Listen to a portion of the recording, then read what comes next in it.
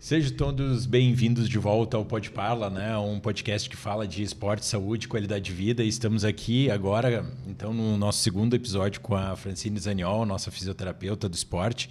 E também aqui, chegando, né, de último momento aqui, um dos nossos...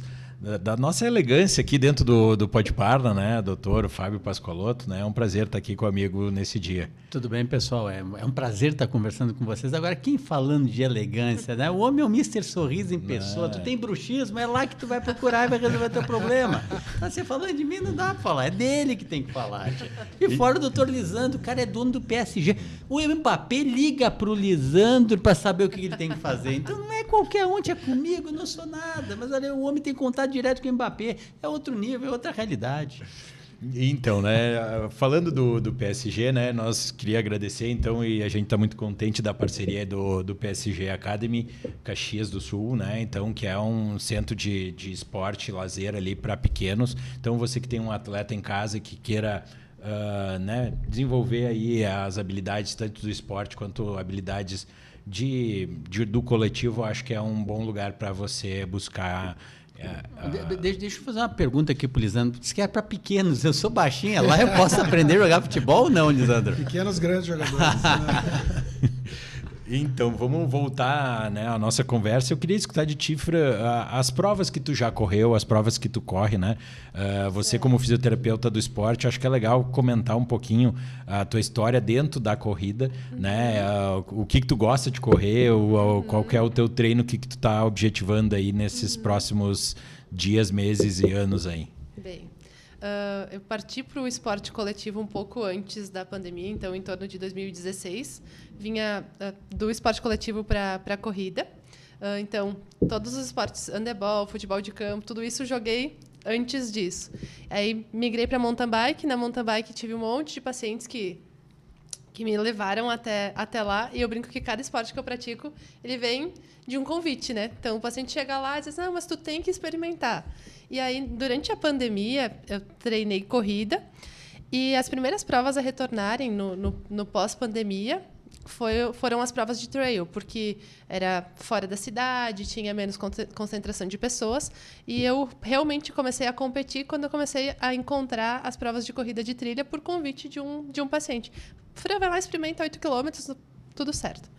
Fui lá eu, né? Descobri que ali que era o meu lugar. Então, eu treino, sim, corrida de rua, já fiz maratona, já fiz várias meias maratonas, mas eu gosto mesmo de corrida de trail. E pro mato.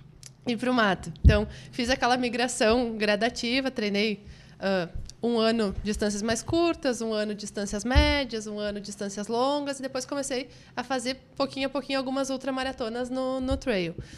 Nos últimos 2 anos, eu experimentei alguns desafios verticais. Então, essa situação de tentar passar nas provas de mais de 1.000 de altimetria para 10 quilômetros. Então, muda um pouquinho o treinamento, muda um pouquinho da exigência muscular. A nossa velocidade de desenvolvimento de prova é muito diferente de uma maratona de rua, né? E minha última prova mais longa de trail foi na Argentina. Eu fiz o La Mission na Patagônia. E esse ano eu quero fazer o La Mission Brasil. Então, estou no comecinho da preparação para o La Mission Brasil. É uma prova que vai incrementar bastante a altimetria numa quilometragem menor do que eu fiz na Argentina. Acho que vai doer um pouquinho, né? Mas é para isso que a gente treina. E a experiência do trail ela é sempre única, em função da gente pensar assim, mudança de condição climática, momento de prova, se a prova larga de dia, se a prova larga de noite, se tu tem staff ou se ela é uma prova autossuficiente, né? Então, a gente vai experimentando um pouquinho de cada coisa. Eu sei que vocês todos também praticam a corrida, o mountain bike, enfim. A natação também, né, Fábio? Então, cada um tem o seu coração em alguma parte do esporte que te desafia um pouco mais, né? Quer dizer, só uma pergunta, quer dizer que tu sempre fosse por esporte a convite de um paciente. Quer dizer, se pegar alguém que, por acaso, ele faz halterofilismo, paraquedismo, tu vai nessa. Faz esporte vertical, ela vai saltar lá de cima, abaixo, sem paraquedas, vamos ver o que vai dar. Tu é a Papael, então. Tu sabe aquela coisa do tipo, deixa eu ver como é que é isso aqui? Boa. E tu, só um pouquinho. Daí tu vai lá, experimenta e gosta do esporte, né? E é uma busca por endorfina que a gente nota que é salutar, mas também é perigosa, né? Porque a gente vai se expondo um pouquinho mais toda vez. E a La Mission é um problema, né? Porque tem que ir de capacete naquela prova lá. É uma loucura. Pô, cai uma pedra lá de cima, machuca o coco do cara e deu, né? Ela falava 1.000 metros em 10 quilômetros. Isso é escalada, não é corrida, né? Nós estamos falando de outro esporte. Mas É aquela situação assim que alguém sempre te pergunta assim, tem mais gente que faz isso além de ti? Mas eu acho que o espelho, o convite sempre acontece, né? Tipo, hoje, de repente, eu tô aqui no Pode Parar por causa daquele louco ali, ó, né? Então, tipo, de correr, de pedalar, de fazer natação, eu não sei como é que é a tua experiência, eu não sei como é que tu começou a fazer o Ironman. Alguém que te convidou, A vem gente comigo. até estava discutindo que como tu é mais antigo, se tu era Iron Man, não era o Spectre Man. A gente não sabia bem qual era. Não, tu começasse antes de mim. A gente, na verdade, sempre tem uma causa, né? Tem um objetivo, né? Eu tive angina de peito, pesava mais de 100 quilos, e aí bateu aquele medo. Cara, eu vou morrer desse jeito que eu tô. A minha mulher acha um cara melhor que eu, isso não é um problema. Vai ser fácil achar um cara melhor que eu. Promete? O problema é que tem filho. Tem filho, alguém vai ter que criar essas crianças. Não é bem assim achar um cara que queira uma mulher com 2 filhos. Aí eu tive que mudar, né? Aí comecei a maratona, ultramaratona, aí vem Iron, vem... Sim, mas tu começou uma corrida e daí tu disse, não, eu consigo mais ali. É mais sempre ali. assim, né? Isso que é o bacana, né? Tu já fizeste Perdidos? Não, quero muito. Eu já quero fiz. muito. É Diz que muito é muito legal. legal. O pessoal da Gringos, que são meus pacientes, também vão fazer Perdidos esse ano. Tu tem que fazer.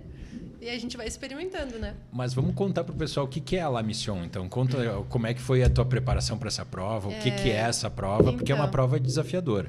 Sim, ela tem alguns diferenciais com relação às provas comuns de trilha do Brasil.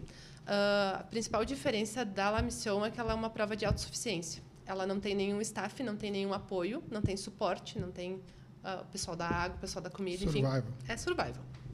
Tu larga, tem 5 pontos de GPS por Starlink, tu bota o teu link lá e forte abraço. Então, ela é autoguiada, né? A gente larga de dia.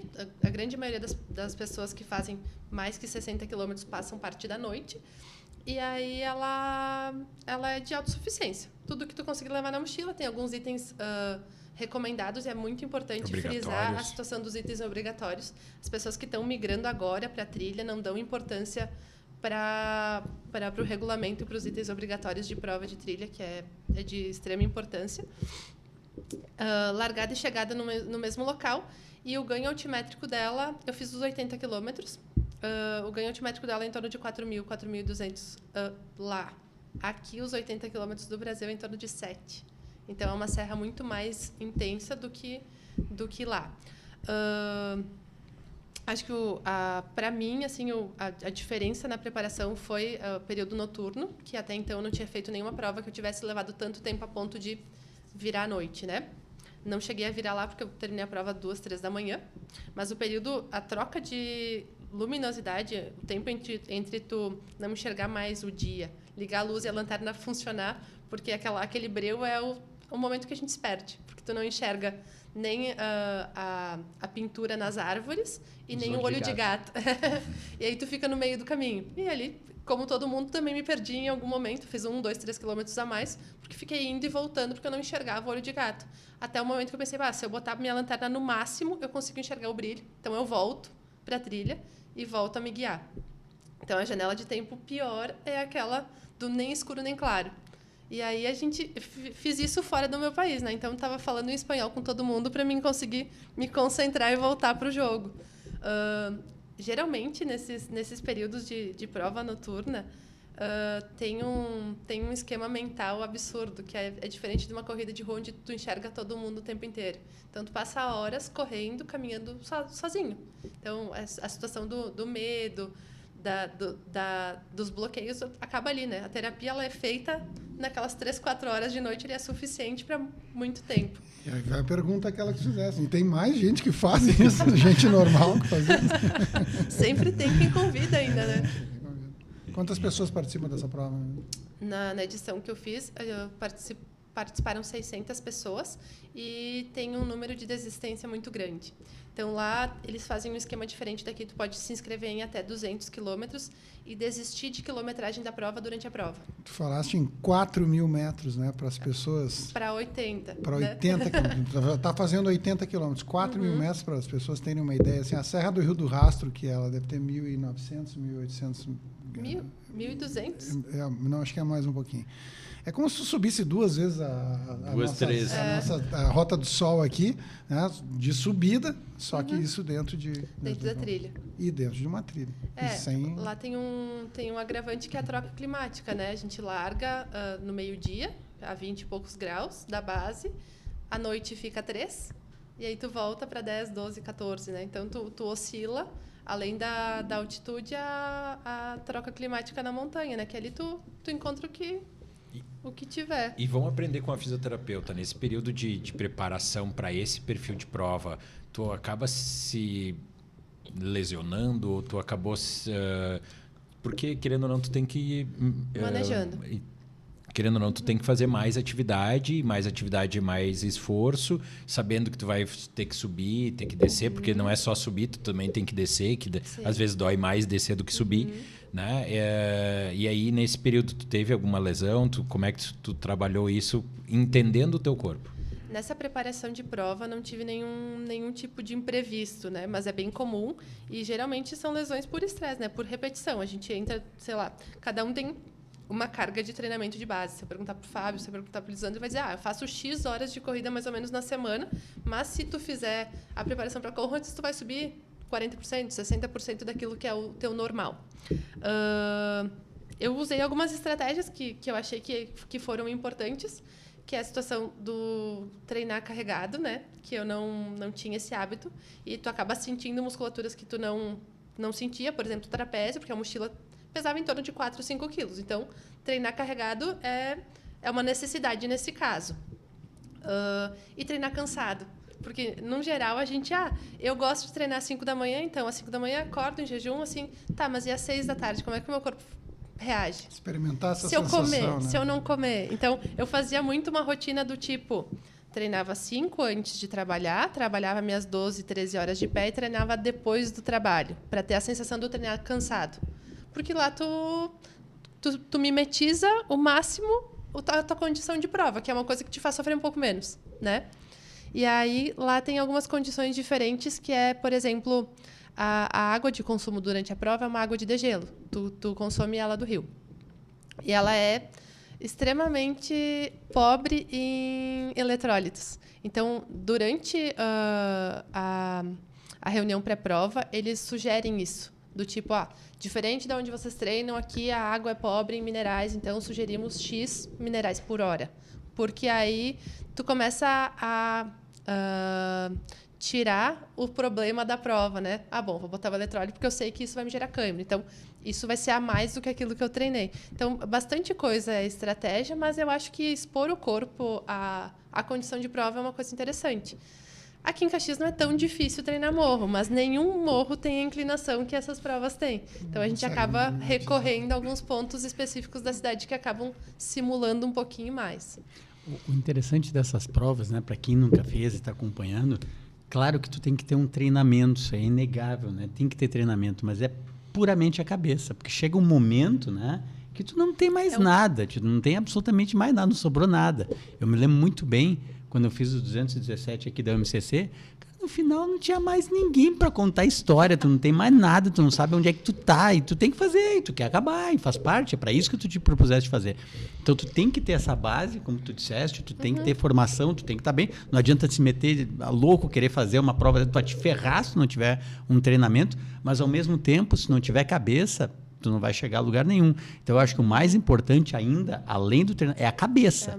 É o mental, é tu treinar o mental. E isso é difícil treinar. Vocês falaram uma coisa que é extremamente interessante. E como é que tu treina a cabeça? É exatamente isso.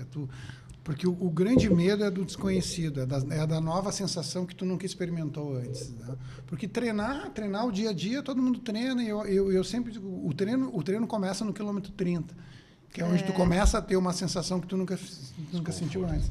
A sensação de desconforto que tu tem nessas provas de ultra, a sensação de que tu não vai conseguir, Isso aí. Então, quando tu começa a ter essa sensação de cansaço, de fadiga extrema, tu começa a te conhecer. E outra coisa interessante é, nessas provas, há uma necessidade de estratégia. E quando há necessidade de estratégia, tu precisa pensar. O gasto energético, muitas vezes, de tu ficar pensando nisso, é às vezes muito maior, porque o cérebro gasta muita energia. Então, muitas vezes, eu, por exemplo, em provas, a gente começa a fazer conta, né? A Conrads tem a questão do número. Do tempo. E isso é ruim, né? Tu ficar pensando muito, isso gasta tanta energia de quanto tá correndo. Tem um dos pacientes que me convidou para o La Missão Argentina, ele dizia, Fran, é um passo depois do outro e a gente terminou. É só isso. Aí, aquela condição do facilitar a mente, né? Tu esvazia, tu pensa, bom, eu termino assim que eu ver a linha de chegada e acabou. E dentro disso eu já entendi o que eu preciso fazer no meio do caminho, né?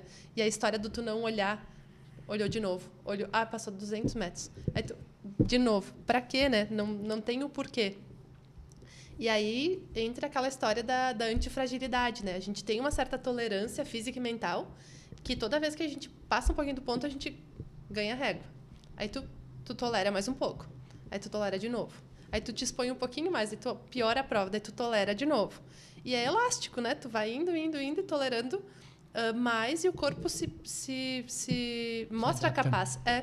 Para isso, né? Não é que a sensação de cansaço ela vai acabar, mas a aceitação dela é melhor, né? E durante essa tua preparação, tu tem lá na clínica tuas colegas, né? Como é que era a tua frequência de fisioterapia para uma prova longa? Como que deveria ser, de repente, a pergunta é essa? A gente sempre pensa no ideal e naquilo que a gente consegue aplicar, né? Todo mundo... É comum de quem é da ultra, do triatlo, dos extremos, ter uma rotina 99,9% ocupada, né? E a gente faz aquilo o melhor que pode. O ideal é sempre avaliar o pico de treinamento. Se a gente pega a planilha lá, a gente nota pela crescente onde é que está o risco maior. Então, assim, não vai ser na preparação, vai ser lá quando teu volume vai estar na segunda semana, o volume de pico, e tu vai ter que tolerar por mais umas 3 semanas para depois entrar no polimento. Ali é onde tem um risco maior de lesão. Então, se a gente pensar num acompanhamento preventivo, a regularidade é menor, nesse período mais tranquilo.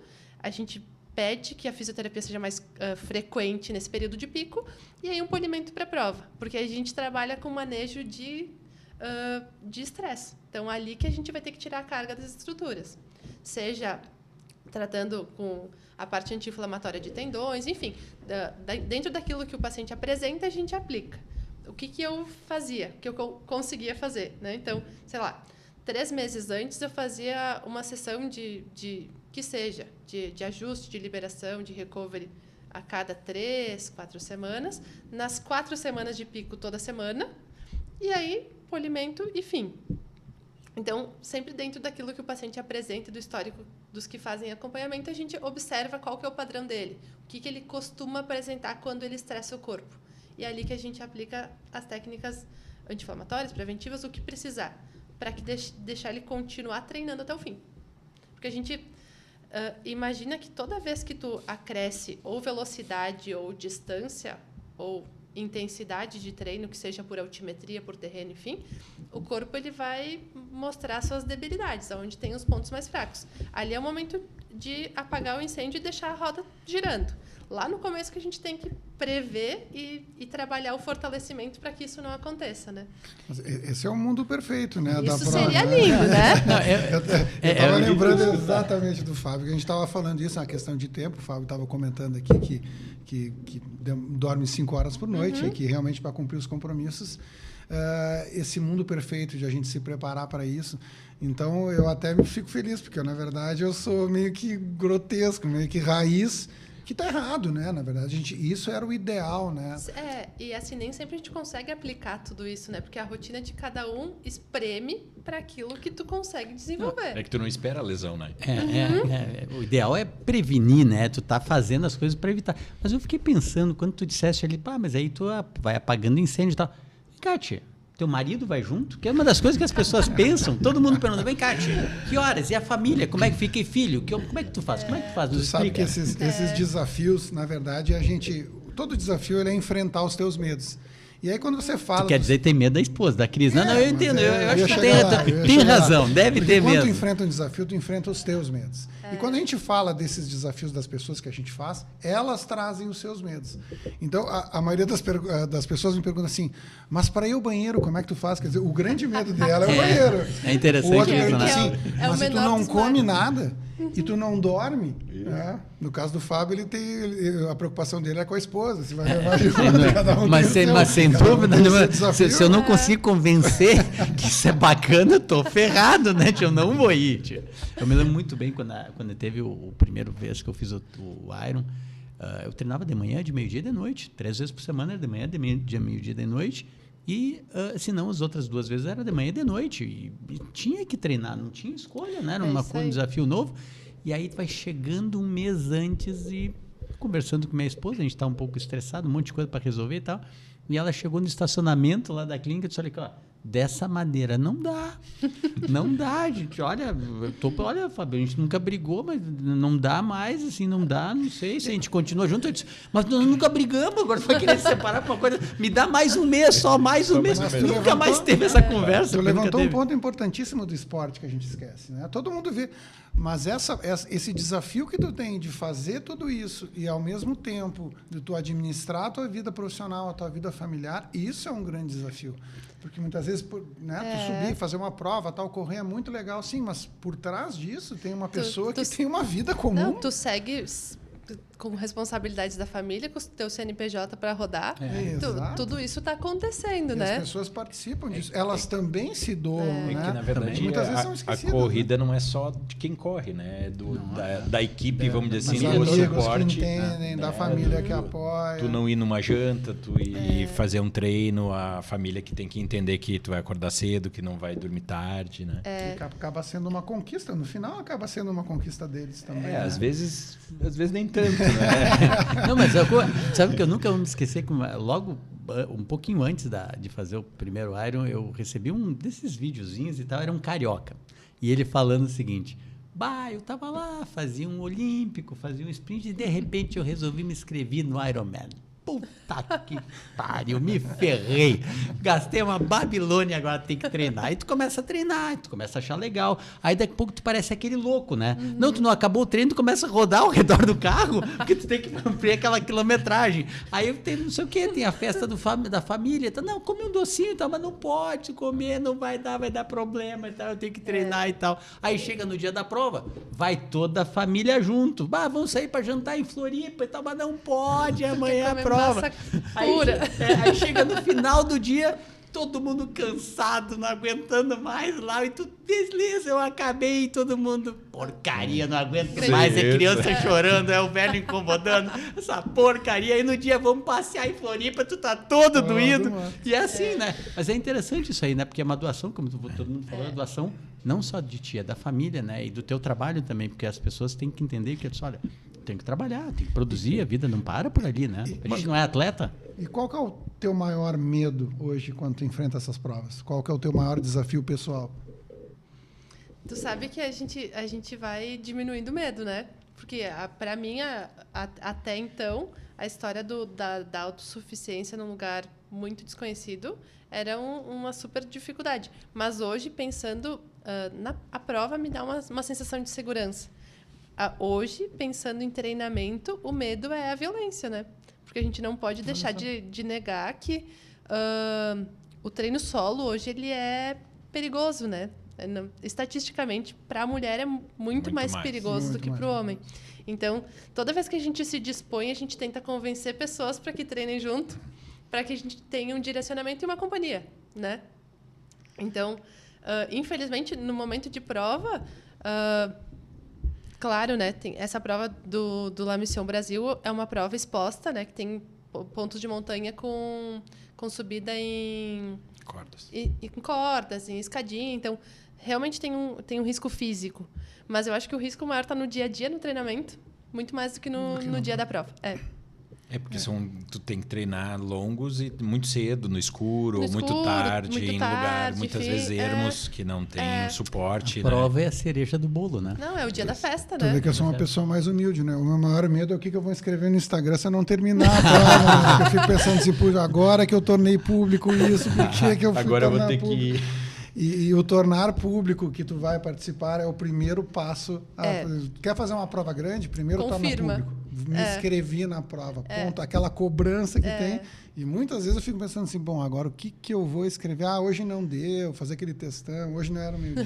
Não. É melhor tu terminar a prova do que ter que Porque encarar a gente acha que a gente deve derrota. pra alguém, né? Tu Mas é o que te contou, motiva, né? tu deve pra alguém, E, né? na verdade não deve pra ninguém, né? Mas fica aquela cobrança. Mas acho tu que deve todo para mundo ti te mesmo, cobrança. né? Pra ti mesmo. Essas provas é interessante, né? Porque, claro, tu és muito superior a mim, mas assim, o Lisandro é superior, o Biso também, mas assim, o grande objetivo nosso é completar. Umidade. É a gente chegar e dizer, eu consegui.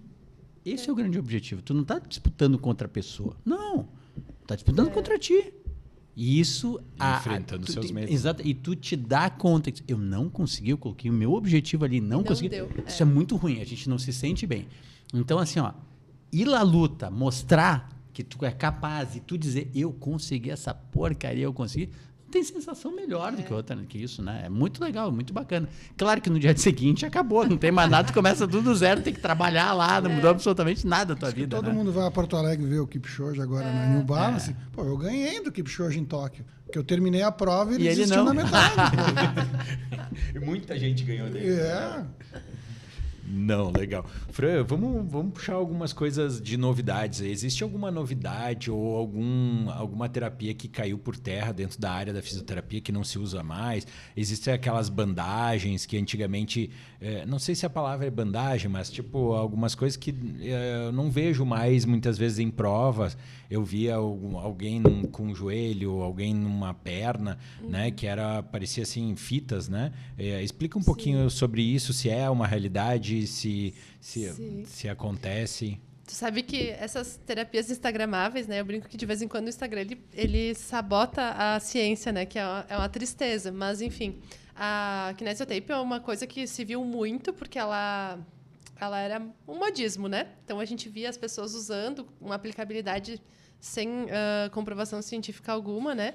Então, isso tem diminuído. O pessoal está começando a entender um pouquinho mais de ciência e ver que não tem efeito...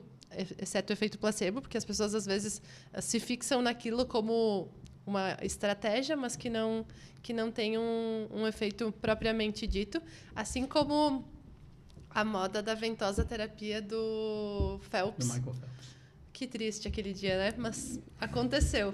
Então a gente leva um tempo para desvincular a terapêutica como aquilo sendo algo de efeito positivo, porque realmente até saiu o estudo sobre a usabilidade daquilo.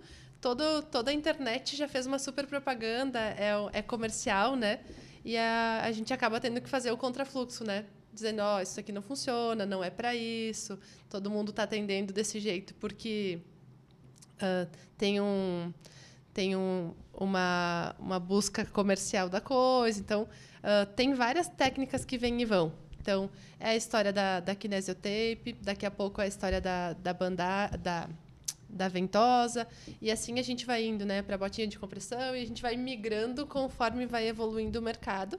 E ainda assim tem que fazer uma triagem quando a gente faz uma leitura de estudo, que geralmente eles são custeados por algum tipo de empresa que está viés econômico, está envolvida com alguma tecnologia nova, né? Então a gente sempre pega aquela janela de tempo ali de triagem de estudos bons para fazer aquela limpa nas tecnologias. O problema é que na prática fica difícil a gente muitas vezes defender a teoria ou a ciência, né? A ciência nos derruba porque a gente vê algumas pessoas fazendo terapias que a gente sabe que efetivamente não tem efeito, mas que para elas na prática funciona. E aí combater isso, então, olha, não há uma evidência científica, mas não significa que você não possa fazer uso dela, né? Se faz bem para ti, se não tem um custo. Eu não sei se vocês têm conhecimento daquela fita que parece que é para gelar, ou isso tem uma fundamentação, de repente posso estar falando uma besteira, Nunca experimentei. Essa fita me lembra 1950 e poucos, um camarada chamado MacLeod, que ele... Isso é brincadeira, mas aconteceu mesmo. Varicocele é uma patologia que aumenta a temperatura do testículo e piora a qualidade do sêmen e está relacionado basicamente com temperatura. Ele desenvolveu uma cueca refrigerada. E as pessoas compravam a tal da cueca refrigerada como fosse melhorar aquilo, né? Então, temos coisas assim, estapafúrdias, às vezes, que acontecem. Por outro lado, o que o Lisandro falou é uma grande verdade, né? Aquele princípio, primum non nocere. Se não faz mal, por que não fazer? Se psicologicamente para ti está fazendo bem, até que ponto a gente tem que negar isso? Mas o que tu não pode levar como uma ciência, né? Isso não pode. E aí vem toda a minha pergunta. E o ácido hialurônico? Onde é que se encaixa hoje isso? Pois é, isso eu acho que do momento assim é o que está tendo mais estudo, intervenção e pesquisas, porque realmente, se a gente levar em consideração um fator principal, o Lisandro pode complementar, que a intenção é nutrir cartilagem, né, Lisandro? E se a gente pensar em tratamento para cartilagem, a gente é muito restrito. Então, está todo mundo apostando tudo nisso, porque é o que se tem, né? Então, a gente está envelhecendo, é um processo natural de degeneração. Eu estou ficando mais novo. É um processo natural de degeneração, a gente quer viver mais, viver melhor e ficar praticando atividades com as nossas articulações por um período muito maior do que aquilo que a gente imaginava 20 anos atrás. Então, se tem isso, se testa isso, né? O que eu vejo em prática clínica já está muito frequente e para articulações onde não tem descarga de peso, tem um efeito muito legal. Então, a gente tem vindo muito para membro superior, mão, e para membro inferior parece que, pela durabilidade dele e a quantidade de impacto que se recebe, ele tem um efeito de menor prazo. Mas que isso também não é um problema se a pessoa está disposta a repor isso, né, Lisandro? É que como todas essas terapias que vêm, elas vêm acrescidas de um interesse econômico e a gente acaba usando e acreditando para tudo. Então, o ácido hialurônico é uma excelente terapia, mas ele não é para tudo. Então, quando você tem uma artrose já extremamente avançada e já uma indicação de uma cirurgia, não há por que tu utilizar isso. Tu acaba queimando. Então, muitas vezes a pessoa diz, mas não funcionou. Mas aqui não é que o medicamento não funcionou. Não foi indicado, não estava naquela janela terapêutica. Assim funciona com muitas medicações. E muitas vezes a gente tem o exagero do uso, né? Começou lá com a condroitina, que curava, depois veio a glicosamina, daí agora não, era condroitina e glicosamina. Daí não, veio condroitina, glicosamina e ácido hialurônico. Aí não, aí já associava a arnica. Aí já não era mais, agora veio o colágeno. Não, mas não é mais o colágeno, é o colágeno tipo 1. Não, é o tipo 2 que funciona. Não, é o tipo 1 associado com o tipo 2. Então, esses dias eu vi pastilha Valda com condroitina, com colágeno. Essa é boa. Ou muitas vezes a gente tem, por exemplo, o ácido hialurônico funciona, então eu vou fazer um creme de ácido hialurônico para funcionar no joelho. Então, muitas vezes a gente vê o comércio fazer uma loucura tanta que a gente acaba não acreditando, mas não é porque não funciona. É porque às vezes a gente acaba utilizando e acaba queimando a terapia, utilizando ela de uma forma errada, e o cara diz, olha, não funcionou. Assim é para a cirurgia também, assim é para o tratamento clínico, né? Eu tenho muito isso. Eu digo, olha, a cirurgia de coluna não funciona. Mas, olha, tem tantos fatores para tu dizer, de repente foi mal indicada ou mal realizada, realmente ela não vai funcionar. Assim eu acho que é o ácido hialurônico. E aí deixa eu fazer uma pergunta, porque esses dias eu estava ouvindo, o Mbappé usou uma técnica que já se usa há mais tempo e que é o concentrado de plaquetas, né?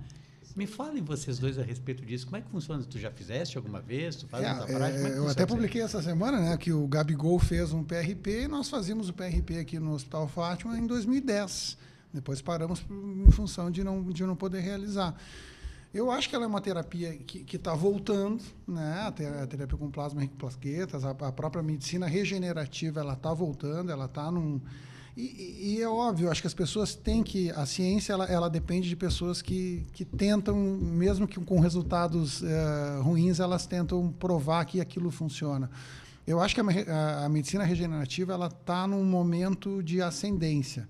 Mas, como tu bem disseste, eu acho que a gente tem que ter muito cuidado, como nós vimos na polilaminina, né? Que foi um boom, que aí a gente já começa a misturar a situação divina e que, claro, numa situação desesperadora, a gente só tem aquilo, mas não necessariamente aquilo é Porque a Não, gente... ovo de Colombo, né? E a gente lida também muito com a questão financeira das pessoas. Exato. Que acabam aplicando o seu recurso financeiro achando que aquilo realmente vai fazer uma diferença, e principalmente com o seu recurso emocional, com a sua esperança. Né? Poxa, eu achei que aquilo ia dar, né? Então envolve, eu acho que na recuperação envolve tudo isso. E isso eu vi essa semana também, que muitas dessas terapias, o engraçado é que todas as terapias essas regenerativas, elas são caras. Elas envolvem um investimento muito grande. E quando envolve um investimento muito grande, tu fica com receio de dizer que ela não funcionou. É como o cara que cai no golpe de bilhete. Tem muita gente que cai no golpe de bilhete, mas nem todas contam, porque envolveu... Aquilo é um trauma tão grande que tu prefere não contar que não funcionou. Porque fica ruim dizer, eu fiz, mas não funcionou. Gastei dinheiro no negócio que realmente Dá não. uma vergonha, né? Exatamente. E quando funciona, diz, não, eu paguei caro. Aí é um prazer dizer que... E para mim funcionou, mas deu, mas eu paguei Por caro. causa disso, né? Isso, Por causa disso, porque custou caro, né? Se fosse engraçado, na medicina, todas as novas tecnologias, elas vêm agregadas de valor, elas aumentam o valor. Por que uma terapia dessas não é barata para que a gente possa utilizar? E muitas vezes elas não justificam o custo. Claro, algumas têm um estudo que demanda muito custo mesmo. Mas muitas terapias, como o PRP, é extremamente barato. São básicos. E aí, o próprio ácido hialurônico é uma medicação que não é tão cara assim. Eu já vi pacientes fazerem aplicação de ácido hialurônico, que deve custar R$1.800, R$1.200, e colegas ortopedistas cobrarem R$15 mil, R$20 mil para fazer uma aplicação de ácido hialurônico. Quer dizer, é o mesmo, só que está embutido de um valor, de um contexto. e aí isso é o viés que interfere, inclusive, no resultado. E aí não torna acessível, né? Se a gente pensar numa reposição de tempo em tempo, nem todo mundo está disposto a investir. Daqui a pouco teve um resultado mediano, vai dizer assim, para mim não, né? E assim para tudo, né? Tem muitos casos de pacientes que são esportistas e que eles dizem, o que tu me sugere para mim comprar, para mim ter em casa, para quê? Vamos de novo, né?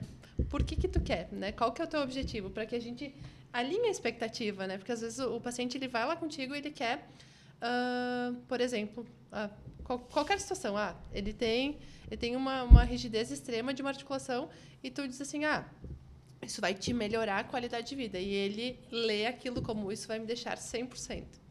E aí a gente não consegue alinhar a expectativa do quanto a gente consegue entregar para aquilo que o paciente consegue evoluir realmente, né? Eu acho que essa é a resposta, desculpa interromper, é alinhamento de expectativa, é ser honesto e ser ético. Olha aqui, isso aqui eu posso, até aqui a gente pode chegar. Qual é a porcentagem de sucesso? É tal. E jogar muito aberto. Né? O que não pode é dizer, com certeza eu vou conseguir, tu vais conseguir aquilo que tu queres e eu não posso te garantir que tu vais conseguir. Isso tu não pode fazer, né? Agora, tu colocar na mesa e dizer, olha, tua chance com isso é tal, com essa terapia é tal, com essa terapia é tal, tu podes conseguir, pronto. Eu acho muito interessante, mas alinhar a expectativa, em qualquer coisa a gente faz isso. Tu alinha essa expectativa, tu alinhas, eu alinho, tu alinhas. Isso é a coisa mais importante que tem, isso é honestidade. Eu sempre falo, como é que tu quer atender alguém? Da maneira que tu gostaria de ser atendido. Né? Na hora que a pessoa alinha a expectativa, essa chance, estou sabendo, pode dar certo, pode dar errado, beleza, eu vou tentar ou não vou tentar, cabe a mim escolher. Agora, cabe o profissional ser extremamente honesto, que não dá para estar fazendo coisas que não vai funcionar, né? Perdendo técnica não funciona. E aproveitando essa discussão, uma matéria que cutuca a todos nós e que sempre é muito falada e que também vai e volta é a questão dos tênis, né? A questão do calçado. Eu tenho calçado pronado, eu tenho supinado, eu uso sem calçado, agora eu uso um calçado com placa. Como tu vê isso, toda essa... Eu sempre falo com os pacientes assim, o que tu já testou e o que é confortável para ti? Porque se a gente pensar e trazer de novo para a ciência, nada é extremamente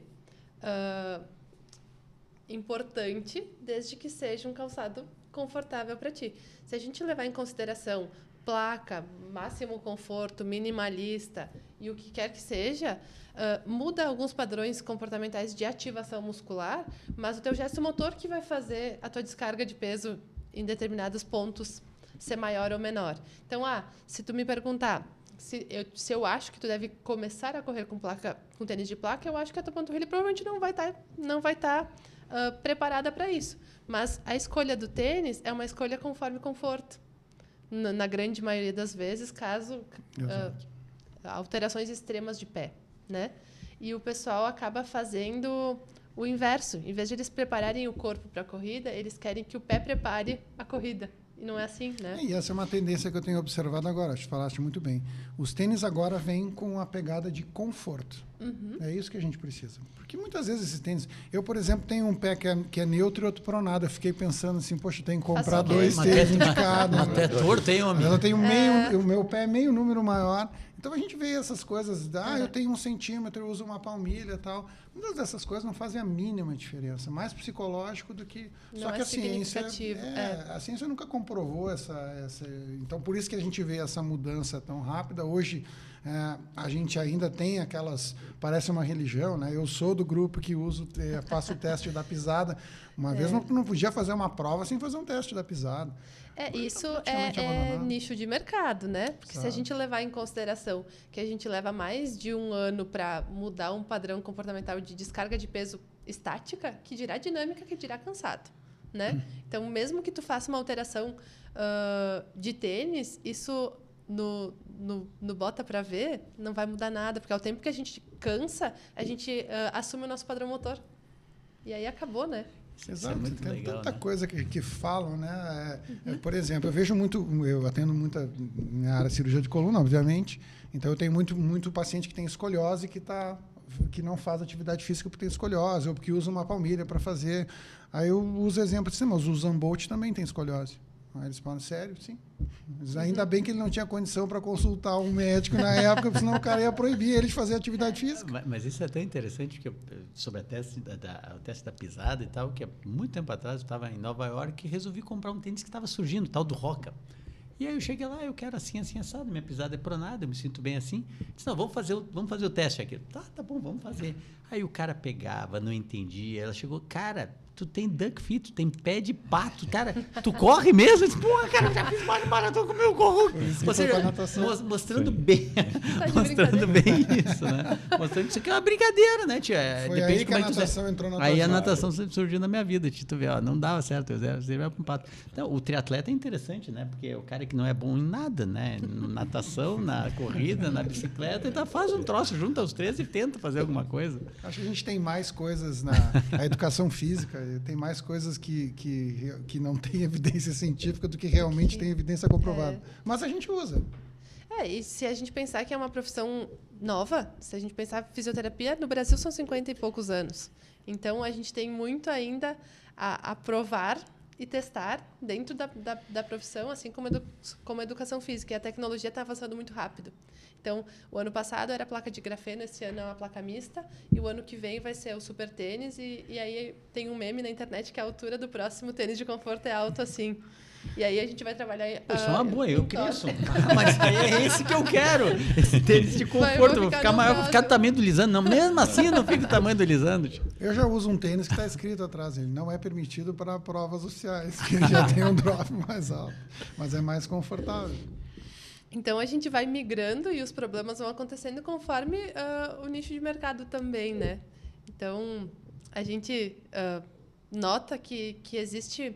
Que, para mim, eu acho que esse é a principal dificuldade de frear, e não é desmotivar as pessoas que estão começando, mas existe uma maturidade no esporte, para qualquer esporte que tu começar. Então, se tu pegar, num geral, assim, a gente leva de 5 a 7 anos para o corpo acostumar com o gesto motor. E a galera começa a treinar, e daí dos 5 quilômetros é 21 daqui a 6 meses. Então, não existe tecnologia que vá suprir o tempo de treino, né? Vou ficar bem quietinho, então. Bom, então deixa eu fazer uma pergunta. Lá vem. O que tu fez? Qual que foi a façanha que tu fez? Deixa eu fazer uma pergunta. Para quem quer começar, como é que tu vê? Como é que tu... eu quero começar. Nunca corri, eu nunca fiz... O que eu devo começar? O que eu devo me preocupar? O que tu orientas? Como é que tu vê hoje essa pessoa... Tá lá, tá meio gordinho, quer fazer um triatlo, quer ficar bonitão que nem o Lisandro Obise e quer ficar magro, quer correr e tal. O que tu orientas? Aí que tá. A gente até trocou uma ideia antes sobre isso, que para começar, a ideia é que seja o mais fácil possível. Porque a gente, antes de tudo, a gente quer tirar... Carro, né? Andar de carro é mais fácil, com motor e tal. Tirar o pessoal do sedentarismo, né? Então, de qualquer jeito, é suficiente para início. O problema é que a gente tem que desvincular o início do treinamento com a performance. Então, o teu tênis confortável de academia ele é suficiente para te começar, para te fazer um treino de 30, 20 minutos, para te fazer um treino de 5 quilômetros. E que tá tudo bem tu fazer... que não precisa da camiseta de dry fit, que não precisa da bermuda de compressão, para que isso seja prático. Porque, primeiro, o melhor benefício é estar em atividade. E depois disso, a gente vai lapidando conforme a motivação e o objetivo de cada um. Então, quanto mais fácil o ingresso numa atividade, eu acho que a corrida de rua ela é mega democrática e tá sendo bloqueada pelos fatores do tipo, eu preciso disso, eu preciso daquilo para começar a treinar. Então, quanto mais prático, melhor. E a gente ter a sensibilidade de entender o corpo, né? Qual que é o teu padrão de descanso? Essa dor está vindo por quê? O que falta de fortalecer? Enfim, né? Claro que a musculação é mãe de tudo, né? Seria ótimo se todo mundo conseguisse praticar um fortalecimento muscular e treinar também. Mas isso dentro da realidade de cada um cabe diferente. Mas né? isso é para as pessoas, como tu disse, para pessoas normais. Nós, anormais, nós começamos totalmente diferente, né? Obviamente que tu já começou com o desafio, e isso também é válido. Tem muitas pessoas que começam com o desafio. Eu, quando eu comecei, eu queria fazer maratona. Eu nem corria, mas eu queria fazer maratona. Foi isso que me moveu. Não, e assim, estando ciente que tem a conta a pagar do treinamento, da dor, tá tudo certo. Não é problema. Eu acho que tem espaço para todo mundo. Tem aquele cara que tem que se adaptar e tem o cara que vem para fazer performance, que ele quer fazer tempo. Para ele, se ele não fizer uma maratona, ele não é corredor.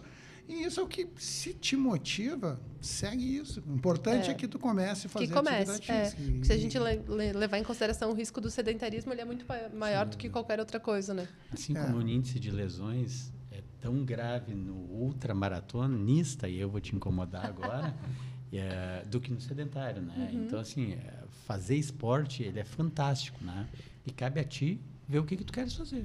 Se tu queres encarar uma ultramaratona, uma Conrad, se quer encarar uma maratona, cabe a ti escolher. Essa pergunta me fazem no consultório, né? Faz alguma atividade física? Não faço, mas eu vim aqui para saber, porque eu tenho medo de fazer. Medo de não fazer nada, tu não tem medo de ficar sentado no sofá, isso não tem medo. Tu acha que perigoso é fazer o exercício. É impressionante, né? Bom, Fran, a gente queria deixar à disposição aí para te falar do teu trabalho, onde é que o pessoal te encontra, né? Tuas redes, né?